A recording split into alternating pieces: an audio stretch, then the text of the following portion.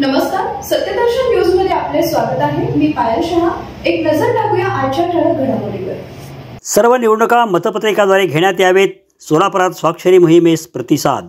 महाराष्ट्र प्रदेश काँग्रेस कमिटीच्या निर्देशानुसार खासदार प्रणिताई शिंदे यांच्या मार्गदर्शनाखाली सोलापूर शहर काँग्रेस कमिटीच्या वतीने सर्व निवडणुका मतपत्रिकाद्वारे बॅलेट पेपर घेण्यात यावेत। या मागणीसाठी स्वाक्षरी मोहिमेचे आयोजन डॉक्टर बाबासाहेब आंबेडकर चौक येथील भारतीय राज्यघटनेचे शिल्पकार डॉक्टर बाबासाहेब आंबेडकर यांच्या पुतळ्यास पुष्पहार अर्पण करून या स्वाक्षरी मोहिमेस सुरुवात करण्यात आली।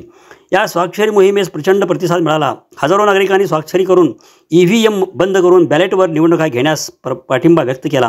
तसेच या स्वाक्षरी मोहिमेत महाविकास आघाडीच्या घटक पक्षाचे अनेक नेते मंडळींनी सुद्धा स्वाक्षरी करून पाठिंबा व्यक्त केला।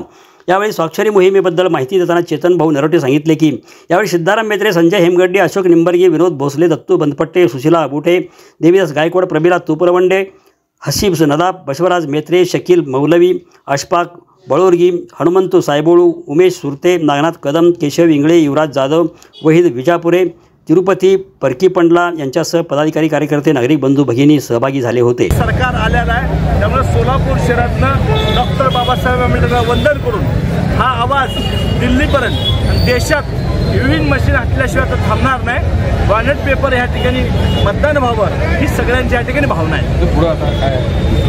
आता हे झाल्यावर कृती समितीचे निर्णय घेतले, आम्ही ते मान्य करणार आहे। आम्ही देखील यांच्या हे जे कृती समिती आहे त्यांनी आम्हाला बोलवलं होतं म्हणून आम्ही सर्व या ठिकाणी आलेलं आहे। कृती समिती जे निर्णय घेईल, आता सोलापूरचा तरी हाक देणार आहेत। सोलापूर शहर 2-3 दिवसात बंद व्हायचा त्यांचा चालू आहे। जे कृती समिती निर्णय घेईल त्याला आमचा सगळ्यांचा सपोर्ट राहील।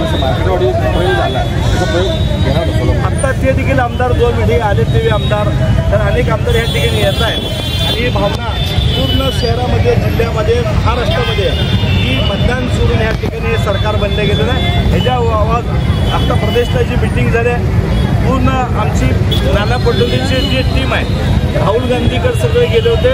राहुल गांधी इंडिया आला, जेवढं देशभरामध्ये